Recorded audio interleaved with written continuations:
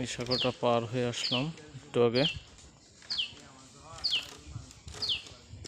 দেখেন এটা একটা নদী, ঘোড়ামারা নদী। তো নদীর পানি নাই, পানি শুকিয়ে গেছে। এখন নদীর মধ্যে ধানের চাষ হচ্ছে। উপরে দিয়ে লোকজন যাওয়া আসা করে। সাঁকো, বাঁশের সাঁকো আপনারা হয়তো অনেকেই দেখেন নাই। যারা বাঁশের সাঁকো দেখেন নাই তাদের জন্য এই ভিডিওটা দেখেন। একটা মোটরসাইকেল আসতেছে, কিভাবে পার হয় এটা আপনাদেরকে আজকে দেখাবো। তো দেখেন নদীর চতুর্দিকে অবস্থা।